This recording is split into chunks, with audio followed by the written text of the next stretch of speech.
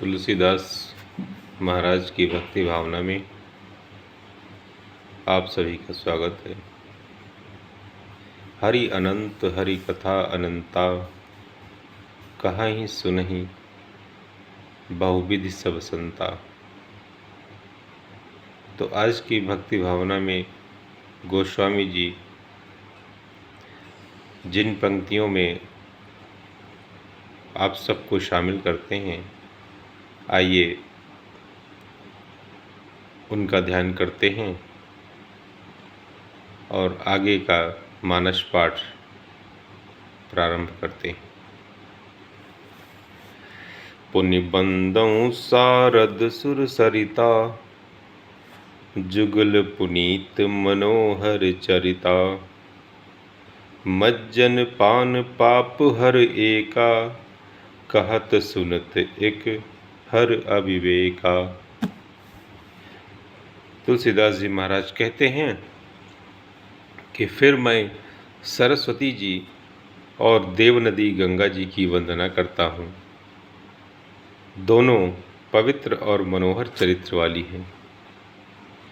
एक गंगा जी स्नान करने और जल पीने से पापों को हरती हैं और दूसरी सरस्वती जी गुण और यश कहने और सुनने से अज्ञान का नाश कर देती हैं।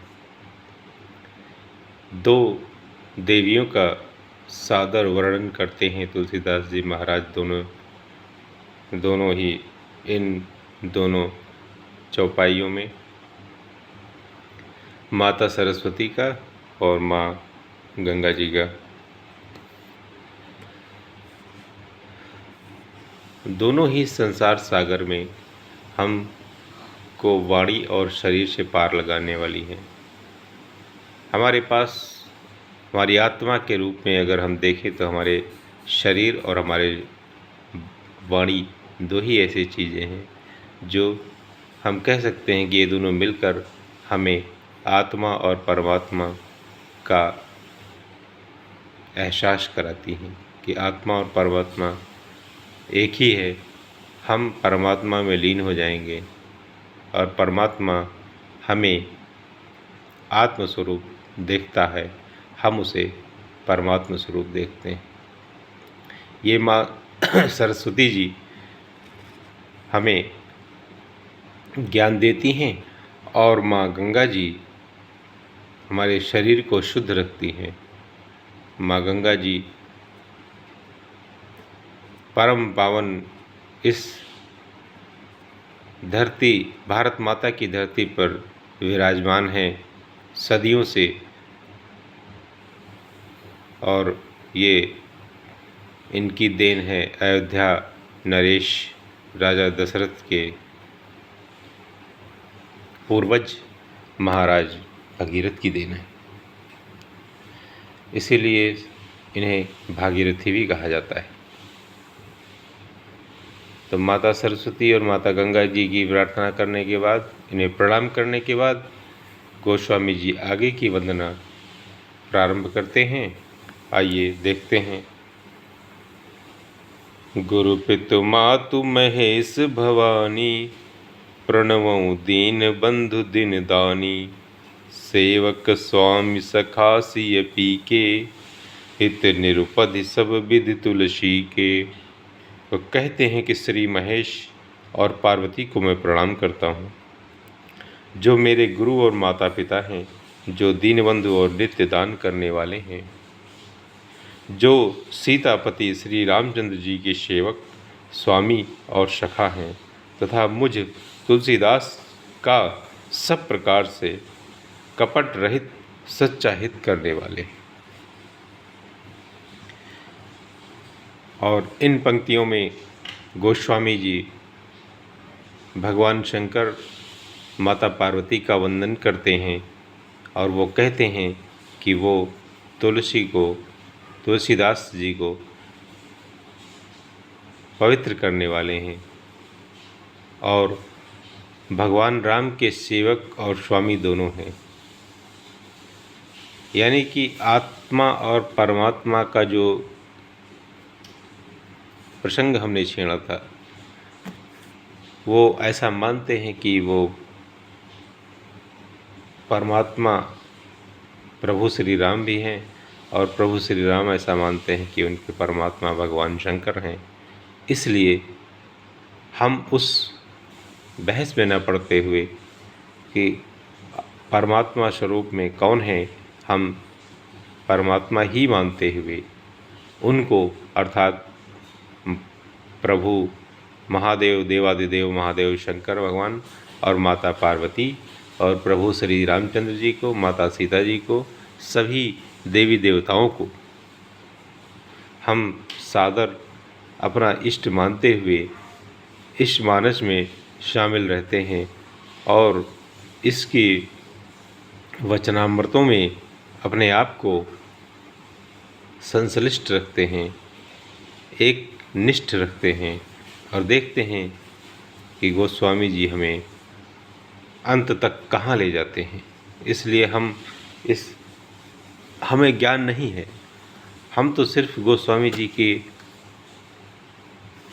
पद चिन्हों पर, उनके बताए हुए मार्ग पर, उनकी बताई हुई पंक्तियों पर चल रहे हैं और ये मानते हैं कि अंत तक भगवान गोस्वामी जी महाराज तुलसी हमारा भी कल्याण अपने साथ साथ कर लेंगे, भगवान की असीम वंदना करके। जय श्री राम। कलि विलोक के जग हित हर गिरिजा, साबर मंत्र जाल जिन सिरजा, अन मिल आखर अर्थ न जापू, अप्रगट प्रभाव महेश प्रतापू। जिन शिव पार्वती ने कलयुग को देखकर जगत के हित के लिए शाबर मंत्र समूह की रचना की, जिन मंत्रों के अक्षर बेमेल हैं, जिनका न कोई ठीक अर्थ होता है और न जप ही होता है, तथापि श्री शिव जी के प्रताप से जिनका प्रभाव प्रत्यक्ष है। भगवान शंकर और माता पार्वती को एक बार पुनः याद करते हुए गोस्वामी जी कहते हैं कि हमारे इस कलयुग में कलयुग के लोगों के हित के लिए उन्होंने कोई मंत्र रचा है, शाबर मंत्र रचा है, शाबर मंत्र समूह की रचना की है माता पार्वती और भगवान शंकर ने। तो उसी मंत्र समूह के बारे में बता रहे हैं कि वो है तो अक्षर बेमेल, लेकिन और ना ही वो उनका जप ही करते हैं, तथापि श्री शिव जी के प्रताप से जिनका प्रभाव प्रत्यक्ष है। शिव जी उस पर प्रत्यक्ष दृष्टि रखते हैं, प्रभाव रखते हैं। क्या है? सो उमेश मोहि पर अनुकूला, करिहें कदा कथा मुद मंगल मूला, सुमिर शिवा शिव पाई पसाऊ, बरनौ रामचरित चित न चाऊ। वे उमापति शिव जी मुझ पर प्रसन्न होकर श्री राम जी की इस कथा को आनंद और मंगल की मूल उत्पन्न करने वाली बनाएंगे। इस प्रकार पार्वती जी और शिव जी दोनों का स्मरण करके और उनका प्रसाद पाकर मैं चाव भरे चित्त से श्री रामचरित्र का वर्णन करता हूँ। गोस्वामी जी कहते हैं कि रामचरितमानस का वर्णन करने से पूर्व भगवान शंकर और माता पार्वती को प्रणाम करते हुए उनको अपने चित्त में, अपने हृदय में धारण करते हुए मैं मानस पाठ का प्रारंभ करता हूँ। भनिति मोरि शिव कृपा विभाति, शशि समाज मिलि मनहु सुराती, जे यही कथहि स्नेह समेता, कहिहै सुनिहै समुझ सचेता, होइहै राम चरण अनुरागी, कलिमल रहित सुमंगल भागी। गोस्वामी जी कहते हैं, मेरी कविता श्री शिव जी की कृपा से ऐसी सुशोभित होगी जैसी तारागणों के सहित चंद्रमा के साथ रात्रि शोभित होती है, रात्रि का सम्मान होता है। जो इस कथा को प्रेम सहित एवं सावधानी के साथ समझ बूझकर कहेंगे सुनेंगे, वे कलयुग के पापों से रहित और सुंदर कल्याण के भागी होकर श्री रामचंद्र जी के चरणों के प्रेमी बन जाएंगे। ऐसी कोशिश, ऐसा प्रयास भगवान तुलसीदास जी महाराज ने किया है।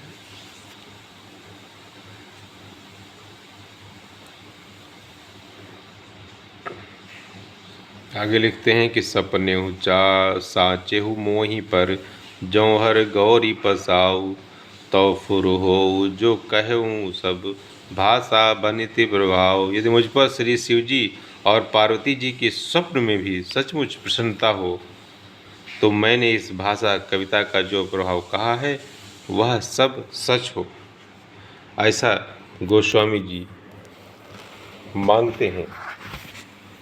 भगवान शंकर माता पार्वती जी से ऐसा मांगते हैं कि अगर उनकी कृपा हो जाए तो मेरा मानस चरित्र शुद्ध और व्यापक हो जाए।